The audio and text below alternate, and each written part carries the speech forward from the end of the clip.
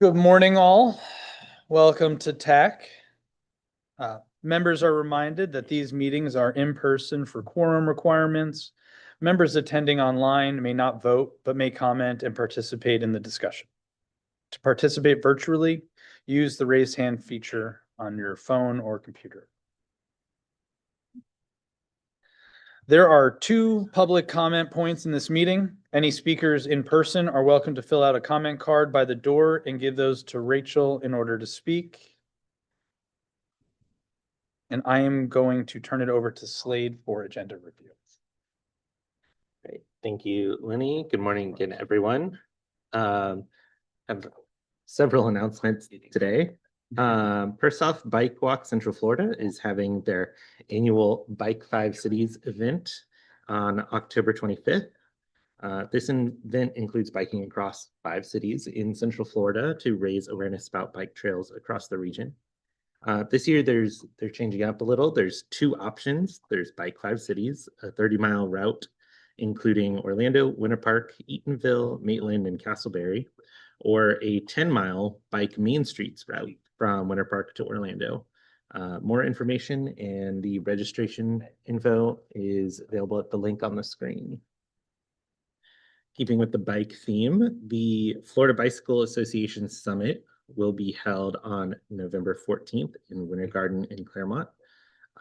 Registration is open for the summit at floridabicycle.org. And also wanted to draw your attention to the FDOT Safe Routes to School workshop coming up. That will be on September 4th at 10:30 a.m. The information and registration information can be found at that link on that 3rd bullet on the screen. And I just wanted to reiterate, if any of you or your municipalities are looking to apply for Safe Routes to School program, attending one of these workshops is a requirement. So if you're looking to do that, put it on your calendar.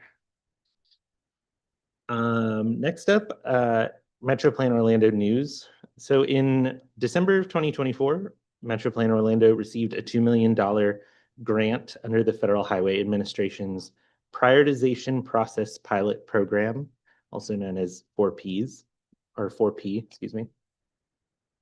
Due to the change in administration, those funds had been delayed, but I'm happy to report that last month we received approval from FHWA to move forward with the grant agreement.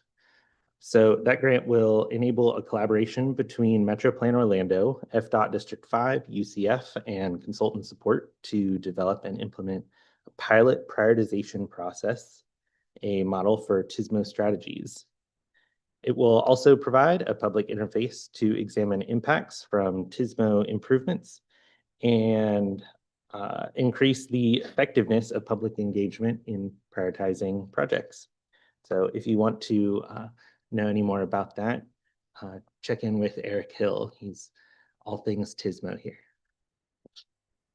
And also wanted to draw your attention to another item.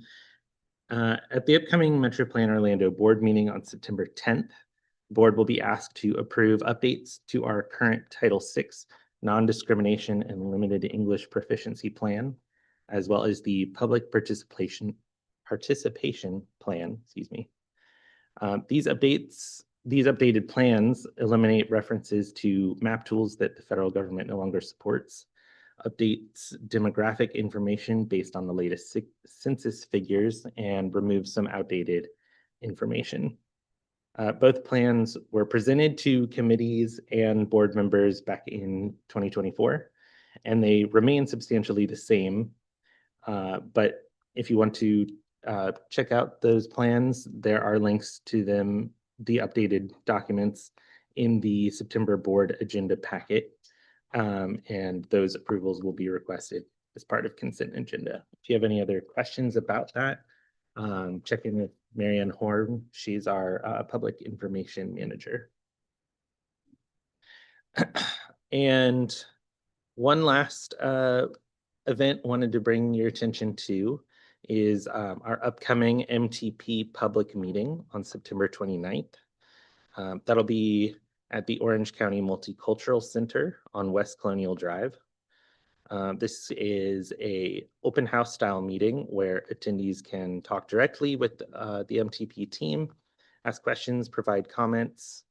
And again, this is open to the public, so you are welcome to join. You're welcome to invite your friends, coworkers, your nosy neighbors, whoever. Everyone's invited. So please come and swing by if you have a chance. And finally, Metro Plan Orlando office will be closed on Labor Day. And now I am done with announcements. And I'll turn it over to Mike for the safety moment. Thank you. Thank you, Slade, and good morning, everyone. August is the Stop on Red month. Probably don't have to tell anybody what the consequences are of not stopping on red, but we have a good illustration of that from one of DOT's traffic cameras for some outreach they were doing with local media.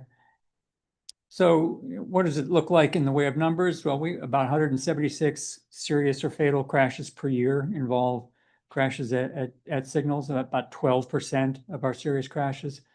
And that includes crashes that aren't necessarily indicated as being run on red, because there's a specific call out for that in signal 4, but other crashes that happen at signals that are also serious, angle crashes, et cetera, where officers may not be able to say that any specific driver ran the red light, but that somebody did, right? So that gives us the higher number. It's only about 4% of the actual run on red. Also, not surprisingly, younger drivers overrepresented, about 2 to 3 times higher risk based on population for these types of crashes. So what can we do aside from some of the obvious things, such as not being distracted? A really important consideration is speed. There's a strong connection there between speed and red light running. You know, the yellow signal phase is based on the posted speed. And so if we've got someone going 45 miles an hour in a 35 zone, they're going to need another 76 feet roughly of braking distance, roughly another 114 feet overall of stopping distance. And you can imagine the consequences of that extra distance. So just keeping it to the speed limit will reduce your risk of accidentally running a red light. And that concludes my safety moment for this month. Thank you, Mike.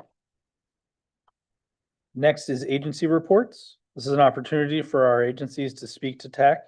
If any partners want to speak here, let Rachel or Slade know at least a week before the meeting.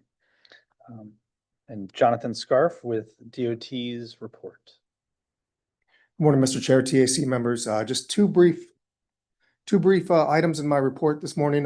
For the Osceola County, I'd like to talk about our upcoming public hearing, and this is for State Road 60, and the limits are from Prairie Lake Road to Florida's Turnpike, and this is for a PD&E study.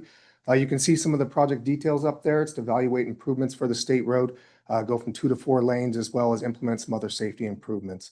Our virtual hearing will be occurring on October 14th, 2025, and then the in-person is on October 15th, 2025. And presentation will begin at 6, and that will be held at the Westgate River Ranch Resort in Rodeo down there right on 60. And then next, I just wanted to point out a recently completed project within your construction report that received final acceptance this month. And that's State Road 436 from north of Old Cheney Highway to south of University Park Drive. That includes some repaving as well as some speed management and traffic calming landscaping. And the mid-block crossing there with the pedestrian hybrid beacon has been open since around March.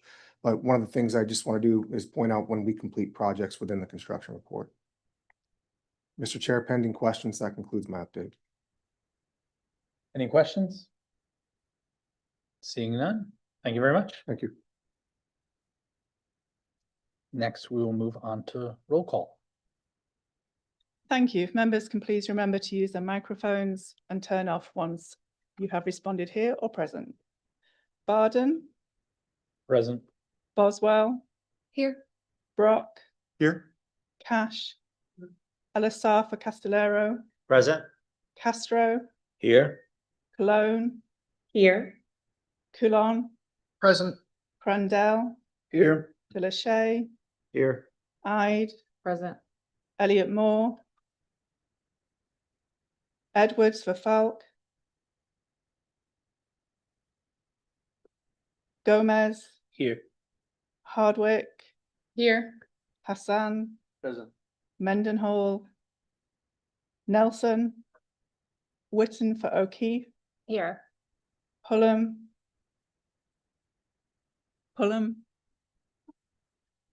Ramdat, Here. Moffett for Ramos, Present. Recky, Here.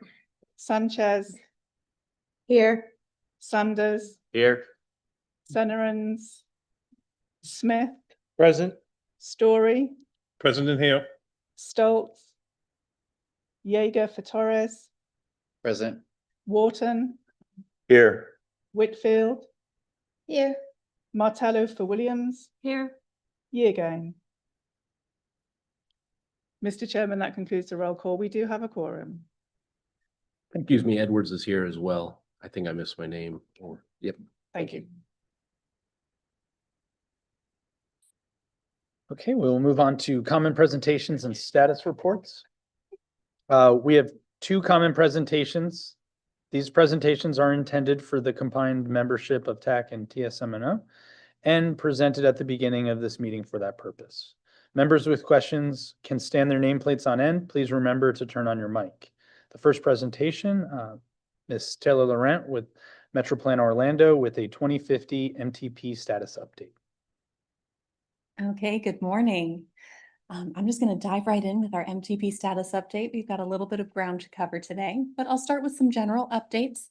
The first being that we are continuing our coordination with the FDOT Central Florida Regional Planning Model Team. We're actively reviewing the 2050 socioeconomic data methodology, not the actual data itself yet, but we do anticipate that 2050 horizon year data will be available for review in November or December of this year. So once that is provided by FDOT for that review, we will be reaching out to you, our TAC members, to ask for your feedback to incorporate in that review process as well. So keep an eye out on your inboxes as we near the end of the year. Then in terms of our MTP documents, our chapters, appendix items, supplemental materials, all of these are being published to our website as they are completed. So you will be seeing a lot of activity online over the next couple of weeks as well. And one of those documents that we're going to talk a little bit more about today is the draft cost feasible plan, which is where we look at all of the funding available within our region and which of our transportation needs projects can be funded and are considered cost feasible within the plan. So we'll be previewing the MPO funding and state highway systems tables today, and then you'll see the full draft cost feasible plan online in the coming weeks as well. So before we dive into the draft cost feasible plan tables, let's take a moment to kind of briefly summarize our journey so far.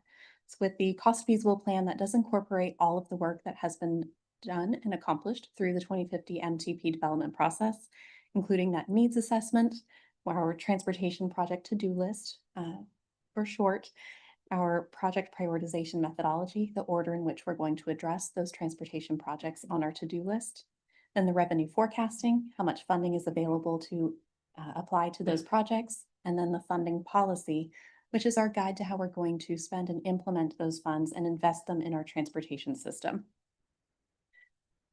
So following up from our last meeting and discussion, we have reached consensus and have a recommended MTP funding policy. This was supported at the June technical workshops and our June and July advisory committee meetings and board meetings. And all parties agreed on this one funding policy. So consensus has been reached for this item. This does include the high injury network countermeasures category, urban corridor improvements, TSMO, active transportation, as well as transit capital categories. And we'll talk a little bit more about how these funds are used and implemented in the draft cost feasible plan in just a few slides. But with that MTP funding policy applies to one of our 4 funding buckets that we've been talking about the past couple months. And this is where we can see how the different categories are going to result in different cost feasible tables and unfunded needs lists. So this is where there will be an individual list for high injury network countermeasures, urban corridor improvements, TSMO, as well as active transportation. And as a reminder, all of these particular items, The projects on these lists will be implemented by local governments via the FDOT local agency program, at which time they are programmed. Then our regional transit list is funded by two buckets. The first part is transit capital from our MTP funding policy that we just talked about. So a little bit is coming from that MPO funding priorities bucket. And then the remainder of the funds are those federal transit funds or the formula funds that we've also been including in this document. And these particular funds can be used for operations, maintenance, and capital expenditures. So between these two funding buckets in our regional transit list, this does include capital, operations, and maintenance for both bus and rail transit. And then the last two buckets of funds within the cost feasible plan are included in a single table as well. This is for our state highway system, cost feasible and unfunded needs. This will be the longest of our transportation needs lists in the cost feasible plan because it does have the most funding associated with it. So within the draft cost feasible plan and what we're going to talk through today are 7 items. But before we do that, I do want to highlight the structure of how these projects are organized. Because at the top of each of our cost feasible plan lists, it begins with the projects that are in progress. So those that are partially funded within the TIP, because we want to finish the projects that we've started, get that design finished and construction, finish out the construction phase and get it ready for that implementation, whatever comes next. From there, we then have existing and committed projects. These are projects that are fully funded within the TIP through construction, but need to be included in the long-range plan for planning consistency purposes. Then we have new projects that have not been started but are considered cost feasible. So these are the new items that would be programmed in future years. And then the remainder of the projects, if they're not cost feasible, that means they are unfunded needs on this particular table. So then the first one that I'm going to highlight is the MPO planning programs in the Unified Planning Work Program, or UPWP. This represents the annual programs implemented by Metro Plan Orlando, and these have been included in our long-range plans for the past 5 to 10 years. I didn't go back further than that, including the most recent 2045 plan, and are simply organized a little bit differently this time around within the 2050 plan itself. Then we have our high injury network countermeasures category. This is where we have about $4.3 million per year available for these projects.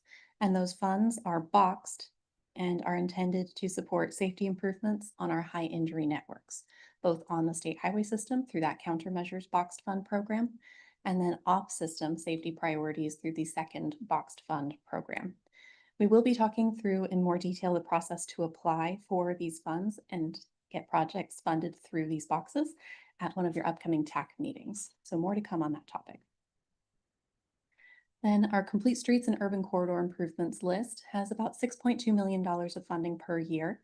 And that results in 24 projects being considered cost feasible on this draft list. And those projects do represent complete streets, multimodal improvements, as well as intersection modifications. And in terms of our TISMO needs list, this also has about $6.2 million associated with it and results in 31 projects being considered cost feasible. These projects are generally a little bit less expensive than those complete streets, urban corridor improvements projects. That's why we see a slightly higher number here, even with the similar funding amounts. And these projects are signal improvements, ITS enhancements, as well as other technology solutions. And we have our active transportation needs list with $2.2 million per year. We have those funds split up into one boxed fund for the school mobility and hazardous walking conditions projects or that program. And then the remaining funds can be used for 8 cost feasible multi-use trail and shared use path projects. Then we have our regional transit needs list. So this is one that has 2 sources of funding within it.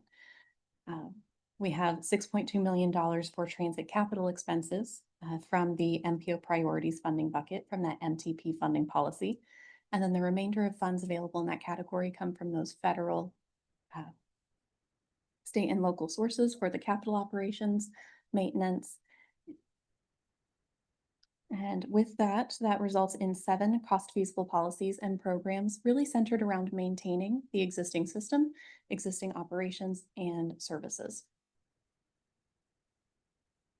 Then we have our state highway system, which represents two of those funding buckets as well, for a total of $64 million per year for improvements.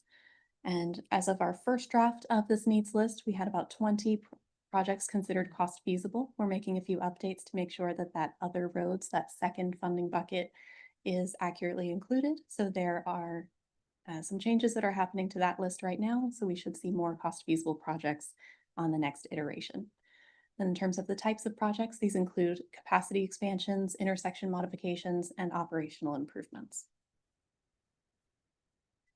So these are the highlights of the first set of cost feasible tables that are available in draft form, with 3 additional tables that use state and federal funds also in development for our interstate highway system and strategic intermodal system. So the SIS needs plan and unfunded needs plans, the Florida Turnpike Enterprise long-range projects, as well as our airports and aviation projects. And we are also developing the other transportation needs and opportunities lists for planning consistency. This is where we have the CFX toll-funded projects from their long-range plan and the projects that you, our TAC members, and our other local government staff members have identified as long-term needs on local roadway facilities. So with those particular draft needs lists coming soon, we do have a couple milestones that we're working to hit. Here in September, we will be publishing that full draft cost feasible plan, as well as the entirety of the MTP documentation in preparation for our public meeting. So thank you for mentioning that, Slade and Eric, both this morning. As we move into October and November, we will be previewing the entirety of the 2050 MTP. That will be my next presentation to you all at your next meeting. And at this next meeting as well, we'll also start unboxing that boxed fund topic and really get into that process. And ultimately, that's culminating in the adoption of the 2050 MTP this December. And with those key milestones in mind, we are on track to complete the 2050 MTP and have it adopted in about 4 months. So thank you very much. Does anyone have any questions this morning? Are there any questions for Taylor? I see none. Thank you so much. Our next presentation will be from Miss Laura Buck. This is from Orlando with the status update on Vision Zero. She's not. She is. That hurts my feelings. Oh my God, I am so sorry. I read Bach and I thought Laura Hardwick. I am so sorry. Gonna deal with that on the inside. Hi, Laura. What do you know that I don't know? Oh yeah, sorry, Slade. Good morning, TAC members. Good to see all of your now smiling faces this morning. I'm going to be providing an update on what we've been up to with Vision Zero Central Florida since my last major update in the March-April cycle, I think it was. A lot of this is going to be familiar to those of you who do attend those task force meetings, and we're at our July 15th, task force meeting. So going to start off with just updating on where we are with our first Safe Streets and Roads for All grant that we were awarded back in 2022. As you're all aware, the regional action plan was adopted last September, and 21 of the 22 local and county action plans were also adopted. Since I last spoke with you back in April, we have been busy completing the demonstration projects that were also included as a part of that grant agreement. We agreed to do 1 demonstration project in each county. Down in Osceola County, the demonstration looked at the 5 intersections that are listed here. They're in a variety of contexts. Some are at signalized intersections, some are mid-block, some are near schools. And the intent of this demonstration was to evaluate various safety countermeasures that could be implemented at these specific intersections, but also looking systemically across the county at where those types of countermeasures could be deployed on roadways with similar contexts. In Orange County, the demonstration was the development of a bike safety program aimed at middle schoolers. This has been conceptualized as a 12-week after-school program, and initially the demonstration was going to include piloting the program. We ran into some issues with our instructors, and so we were able to coordinate with FHWA and pivot to making the demonstration focus on just developing those materials and then going to implementation later. So we are at the point now where we've developed a curriculum, all of the promotional administrative materials, the instructor materials, and some of those evaluation and tracking materials. As a part of that demonstration, and moving forward, MPO staff is going to continue to coordinate with our local partners to actually pilot the study somewhere, or pilot the program, pardon me, somewhere, and also look at our opportunities for long-term implementation of this type of program. And then up in Seminole County, we deployed AI software at 15 intersections throughout the county, shown very tiny on this map. And we were looking specifically at near miss crashes at those 15 intersections. So those 3 demonstration projects have now wrapped. We're in the process, as is required by the grant, of incorporating those findings into our regional action plan. We're going to incorporate those into the technical appendix. So if you would like a copy of any of the findings or would like to see the program materials for that bike safety program, you could of course ask us, but it'll also be up on the website soon. And then we're working on doing that grant closeout activities right now. In addition to that, we've been working with our comms team to migrate our Vision Zero hub site so that it's under the umbrella of the main Metro Plan Orlando website. That activity is complete now, happy to say. We're still tweaking the site, need some aesthetic things, and we're continuing to add some content, but all of the main resources that were available through the hub site previously are now available on the main Metro Plan Orlando website. If you go to the safety tab, among the resources that continue to be available to you is that regional crash data dashboard. 2 announcements related to that. First, we've just kicked off a task to update the data dashboard to include crashes from 2023 and 2024. We're making some minor aesthetic changes to the dashboard as well. We expect that effort to be wrapped by the end of October this year, and we'll keep you posted on when that new data is available to you. Also related to the dashboard, an email went out earlier this week with us pulling all of that information under the main website. The link to this dashboard has changed. I know that some of you are linking to it on your Vision Zero websites. So if you haven't already heard from your IT, you may want to go check those links. In the email, there's information on how you can make sure it's linking properly. But if you have any questions, please do feel free to reach out. We are also getting ready to kick off our annual reporting. As I mentioned, our plan was adopted last September, so it's about time for us to do that first annual report. As a part of that report, we'll be looking at updated crash data trends over the last year. We'll be taking a look at where we are with all of the actions and strategies coming out of the regional safety action plan. There's a number of metrics that are listed very tiny on this slide. We'll be pulling all of those metrics year after year to include in the annual reporting. And then we'll also be reaching out to each of you to get a feel for where you are with the actions that are identified in each of your action plans. And we'll be summarizing that as part of our annual reporting. There will be templates available for those of you who are about to kick off your own annual reporting if you'd like to use some of what we've developed. So we'll be in touch on that. Speaking of where we are in our actions, we identified 34 actions in the regional action plan. We're already either complete or underway with 14 of those are listed on this slide. Just a couple that I'll highlight here. We've kicked off the RSAs. We'll be continuing that. I'll talk a little bit more about that later in the presentation. Another action that we kicked off recently, we're about to kick off really, is before and after evaluations of safety projects. Not something that we've done sort of programmatically at Metro Plan Orlando, but something that we want to start to do. So we'll be working with one of our GPCs to develop a scope template that can be used for any safety evaluation of a project. And we'll start sort of strategically and systematically working our way through projects that are implemented on the regional high injury network as resources allow. And then the scope template will be there for those of you who are interested in starting to do your own before and after evaluations if you aren't already. Looking forward at some of the actions that are sort of in our on-deck circle for what we'll be taking up next. I'll point out to you on this slide as well. The target speed setting will be starting actually at our next task force meeting, which we'll talk a little bit about later, to talk through formalizing a process for target speed setting. I'm talking to some of you who have already done some target speed setting in your area and look for guidance that we can provide to the region more broadly. And then we are also going to we're looking for now, Erica sent out an email actually already, for those who may be interested in piloting using signal retiming as a means of regulating speeds. So if there are any of you who may have corridors that you'd like to look at using signal retiming as a means of regulating speeds, please do reach out. This is separate from the main signal retiming program that we do every year, separate pot of funds. So if you have some corridors that you're interested in looking at that, please do reach out to myself or Eric.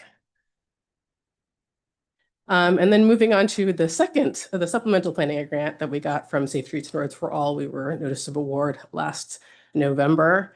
With the funding from that grant, we are going to continue the good work that we're doing, continue our safety-focused outreach.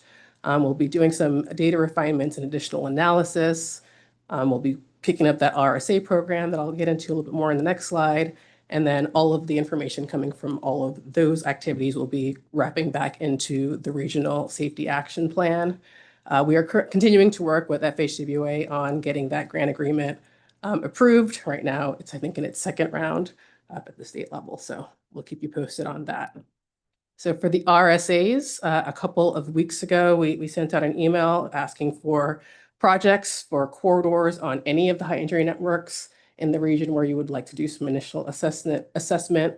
This is intended to help you advance your near-term projects to get them onto your CIPs and work programs. From a logistical perspective, we're going to be running this similar to how we did the safety action plans. We will be providing a GPC for you to help do the RSA. We'll have a variety of different scopes because there are a couple of different RSA types that are spelled out in that email that you can do. We'll have those scopes available in the next month or so that we can share with you, and you can ask us questions about that. But you'll choose what type of RSA that you would like to do, and they'll be able to work with your GPC to make that scope specific to your needs. On your end, what the requirements will be is to provide a local project manager who will help with identifying the stakeholders. They're going to be doing the walk audit, help with logistics for the locations for the meetings, and then just ensuring that we have timely reviews of all of the deliverables coming out of that RSAs. We are looking for volunteers who would like to help us once we get all of those project requests in. We'll be looking for volunteers to help us review those RSA requests and talk through what the outreach approach could be for each of them. If you're interested in doing that, we'll keep it to 1 to 2 meetings. Be respectful of your time, but you can reach out via email and let me know. The deadline for the RSA requests is September 30th, so you do have some time. And thanks to all of you who have already submitted requests.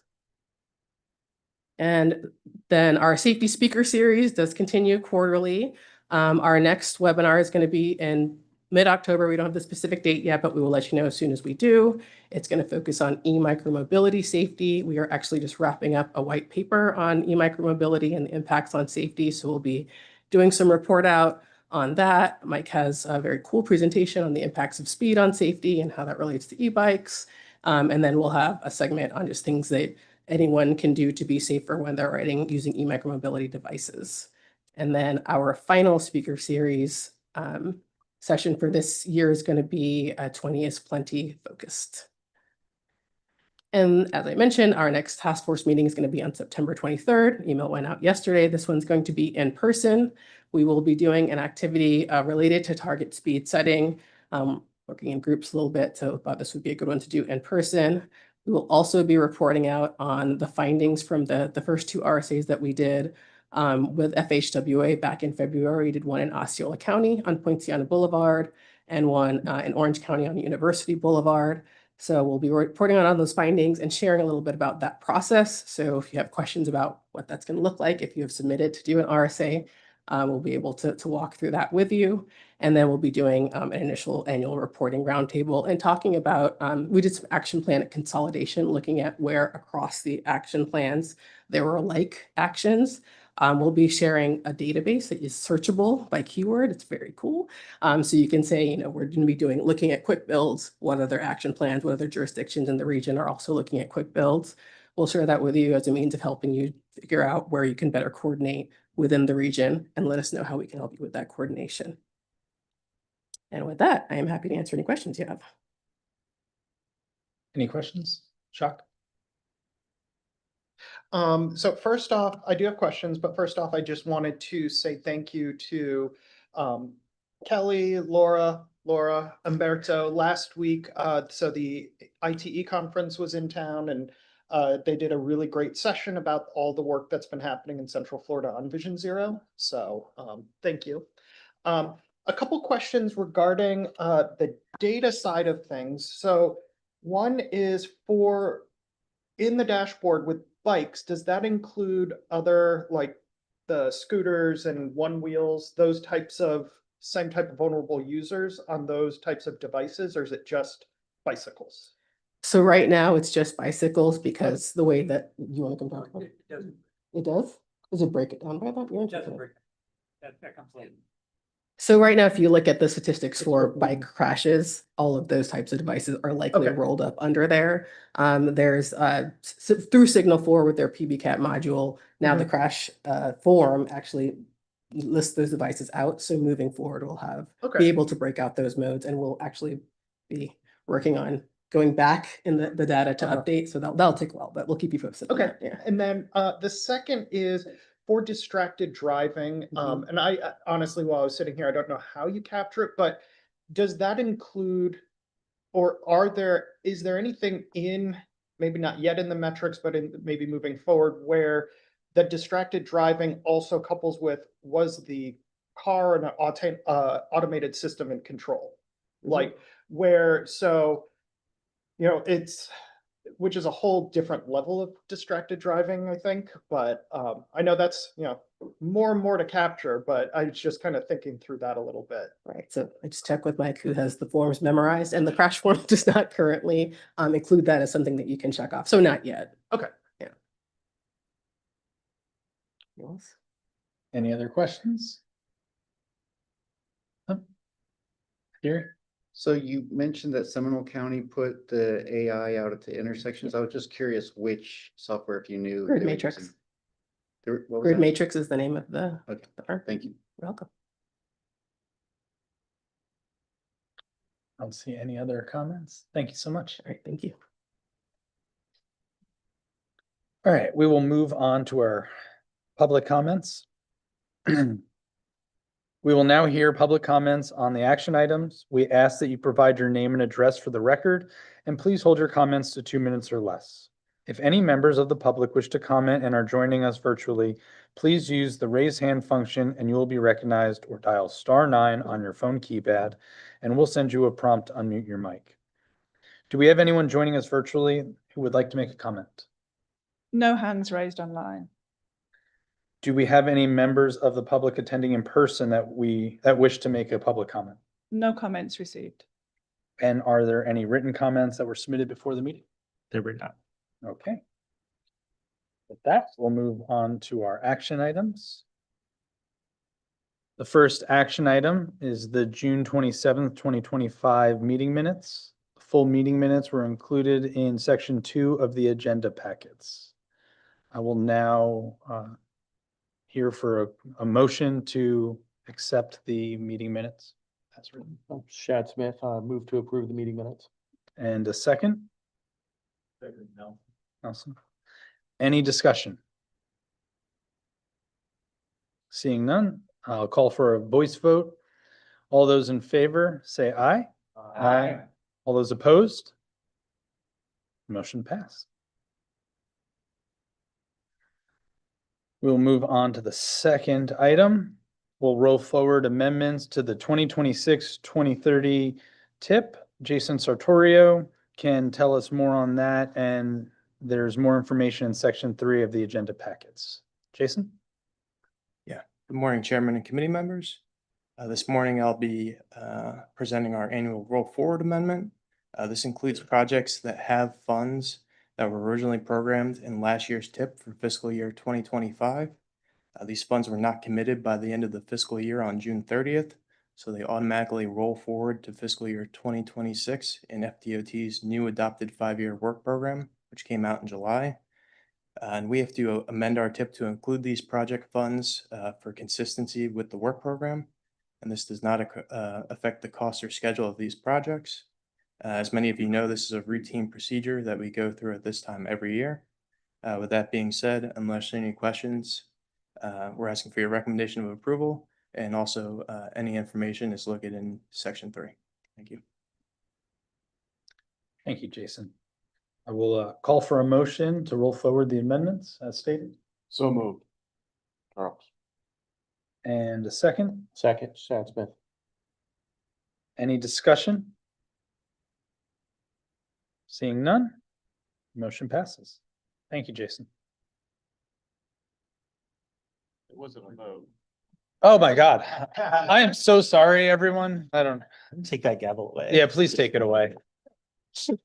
All those in favor of rolling forward the amendments of the 2026-2030 tip, say aye. Aye. All those opposed? Seeing none, motion pass. Ugh. Anyway, moving on to the TAC only presentations, we have none. We'll move to the general information. There are several items in the general information section and section 4 of the agenda packets. And then for our upcoming meetings of interest, the next TAC meeting is held in person on Friday, October 24th. The next Metro Plan Orlando board meeting is held in person on Wednesday, September 10th at 9 a.m. A full list of the meetings are in the agenda. And then we're going to move on to member comments and other business. I'd like to call for the committee members to discuss and make comments on the Florida Department of Transportation memo 2501 that was released on June 30th of this past year. If you're not aware of that memo, it was a memo basically stating that if there were any non-compliant MUTCD markings and crosswalks, political campaigns, or any messaging that was not specifically stated in the MUTCD, that it had to be removed, and state funding could be pulled from your agency if you don't remove it. Is anyone aware of this? Yes. Any discussion on this? Any concerns? Has anybody? Yes. Laura. The city of Orlando received a letter this morning with a list of crosswalks and intersections that the state has declared to be non-compliant with the Green Book and MUTCD. We have prepared a lot of our backup information on how our aesthetic treatments are compliant with the MUTCD section 3H03. And we also have numerous before after studies that show that the intersections and the crosswalks and the sidewalk extensions increase traffic control compliance upwards of 16 or 13% on the intersections downtown. So pedestrians complying with the crossing signal more after those installations have been completed, as well as a reduction in high crash conflict of up to 5% on those locations. We're still going to be reviewing before after data for the installations that came last fall. We just collected our after data on that. So not just nationally, but locally, we have a lot of evidence that these do increase safety. So we're really disappointed in this. It's taking more tools out of our toolbox to get safer streets quicker. So we're just working to comply. That letter does have a deadline of September 4th to remove, which includes a federal holiday. So it's we're in a tricky spot.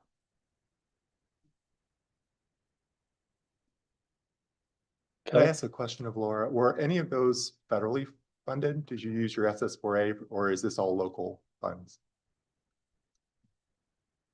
There are several that weren't projects that I was the project manager for, so I'm not certain if those were federally funded or not.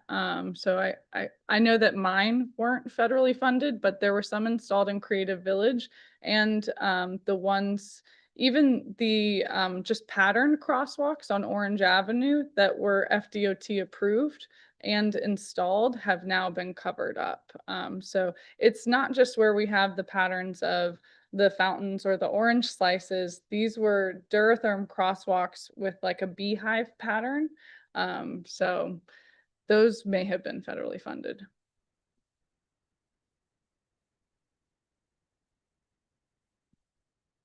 And then, because seeing that deadline of the 4th, I don't know about any of you all, but I don't know any agency that has the ability to within, what, 14 days, go remove, replace, and have with a holiday in there. So some of these are scary deadlines.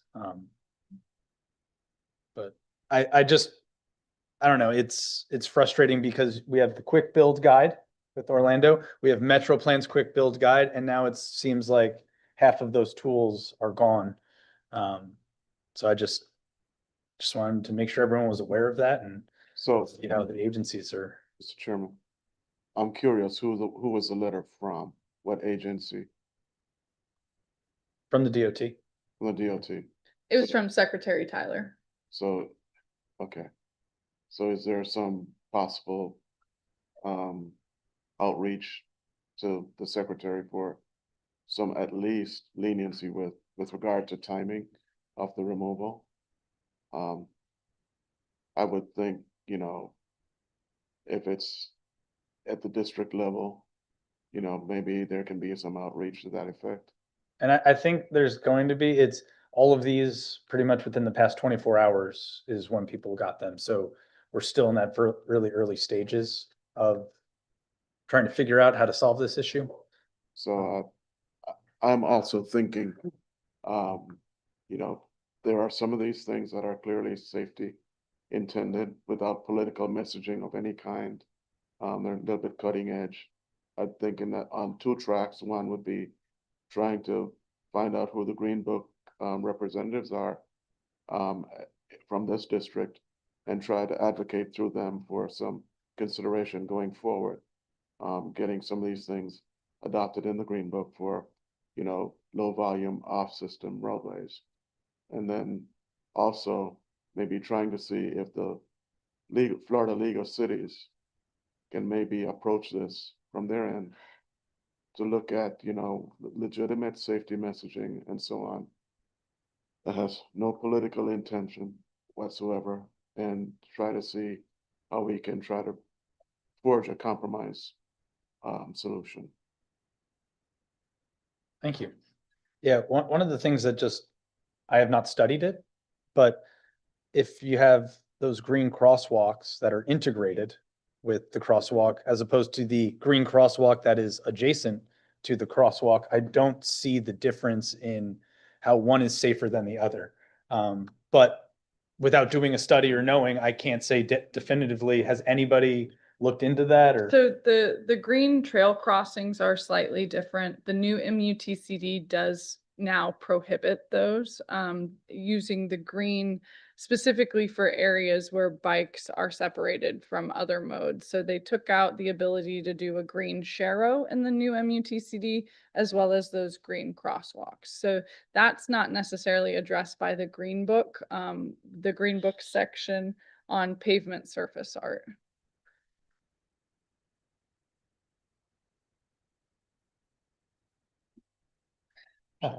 Yeah, just, I want to make sure, I mean, this was directed by FHWA from the MUTCD. Wasn't there a letter, it came from them, came to the DOT, and now the DOT is doing it? Is that not true? That's what, you know, that's how I understood it. So that's just what my question was. I am not sure how it originated. Okay. We just have the letter. You just have them from DOT. Yeah. So we don't Yeah, know I if it's saw coming that. from FHWA or if it's coming from someone else or. Yeah. I thought it somewhere was else. pressure down the line and then it came here. So. So, Mr. Chairman, yeah. You know, I'm an engineer and a certified planner, and for years I opposed a lot of these things. We have a cadre of engineers here who opposed a lot of these things. But over time, you know, we reached some conciliation with the planning community, and I found that a lot of these things are very effective.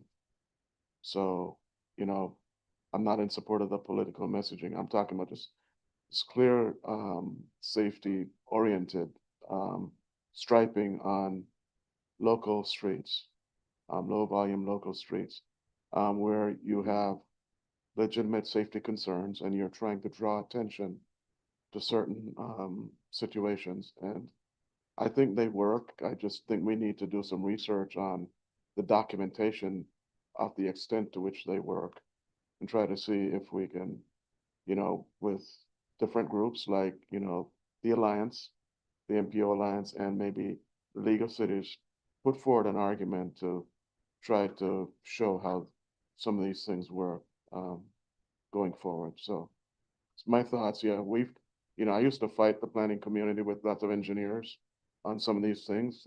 Thought they were a little bit crazy, they're out of the box, but they actually work. Some of them actually work quite well. And as engineers, sometimes we're too strict with some of those things, very rigid. And I think we've come out of the box on many other things. And this is one area where I think there is some room for compromise. Thank you. Anybody else have any other thoughts or maybe it's something that we look at doing some of those evaluations, because if we're doing them in a silo, we might not get as much traction, where if we start pulling together multiple agencies showing, look, here are all the different treatments we've done and here's the benefits we've seen. It might be a way to argue our case, but I don't know. Okay, if there's no other comments on this topic, we'll move on to public comments. We will now hear public comments on all businesses. We ask that you provide your name and address for the record, and please hold your comments to 2 minutes or less. If any members of the public wish to comment and are joining us virtually, please use the raise hand function and you will be recognized, or dial *9 on your phone keypad and we'll send you a prompt to unmute your mic. Do we have anyone joining us virtually who would like to make a comment? No hands raised online.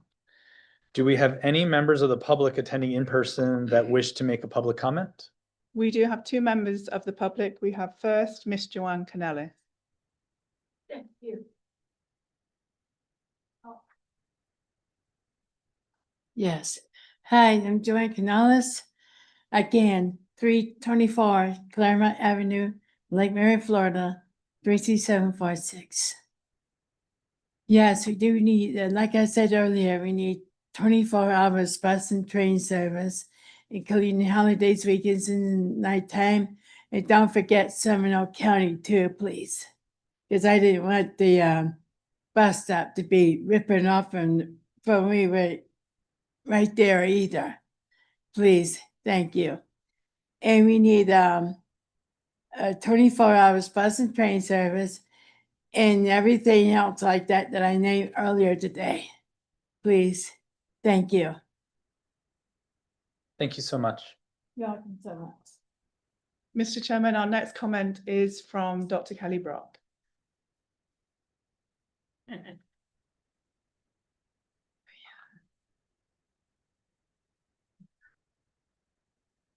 Good morning. For the record, I'm Kelly Brock, 1018 East Livingston Street, Orlando, Florida. I'm speaking to you today as a City of Orlando resident, and I'm not representing my employer or any other affiliation. I believe we have done a lot of good work here in Central Florida in cooperation with MetroPlan and FDOT. But today I'm disturbed by the state's removal of the memorial crosswalk at Pulse. There's a recent Streets blog article entitled "Removing Rainbow Crosswalks Won't Make America's Arterials Safer." It referenced a study that showed multicolored asphalt art actually reduces crashes between motorists and vulnerable road users by an average of 50%. So why are we expending public funds to remove such crosswalks? And yesterday I learned that FDOT will be removing special bike lane symbols designed by elementary school kids across Central Florida. These installations were the result of bike lane design contests spearheaded by FDOT itself. What do we tell the kids who proudly stood next to their installed symbols with their winning certificates of recognition as the state comes in and rips out their artistry? What does that teach the next generation about the importance of safety? FDOT has told us that it does not have the funds to include safety improvements in its resurfacing projects. How then does it have funds to go throughout the state and rip out these bike lane symbols and crosswalks that actually promote safety?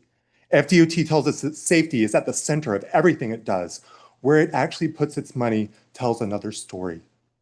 My thanks to MetroPlan for stepping in as it considers devoting some of its very limited funds to construct safety improvements to roads on the region's high injury networks, many of which are state roads, and as we all know, those are the deadliest of them all. Thank you. Good boy. Thank you, Kelly. Thank you. Yeah. Well, okay. Is there any other business that would like to be discussed? No, any other comments? Nothing. With that, no other business. We will adjourn. Oh, I do want to ask you, I would like to ask Slade to please email all the members of TAC and also Tismo, if you could, that memo from DOT. Yeah, I think we'll be able to do that. I also wanted to, just before we adjourn, virtual comments and written comments for the record. Rachel, have we gotten any virtual? No virtual, no written. Okay, thank you. Okay, and I am sorry for today's leading. As you can see, I have a few other pressing things on my mind that are disturbing. So with that, I adjourn at 11.